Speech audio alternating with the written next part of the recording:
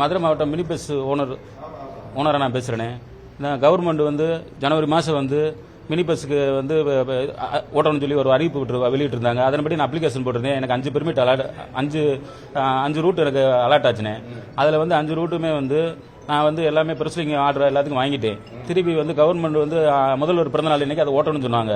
அதனால நான் அவசரமாக பஸ் எல்லாம் வாங்கி 5 பஸ் எல்லாமே நான் விலைக்கு வாங்கி இன்சூரன்ஸ் போட்டு ஆர்டிஓ ஆஃபீஸில் சப்மிட் பண்ணிட்டேன்.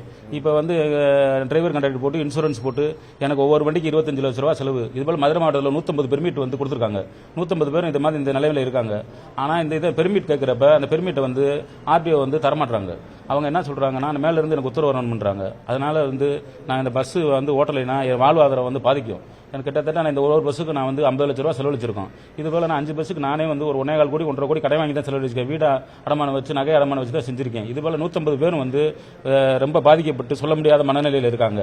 அரசு பண்ற திட்டம்னால தான் நாங்கள் இறங்கி இந்த இதை செஞ்சோம்.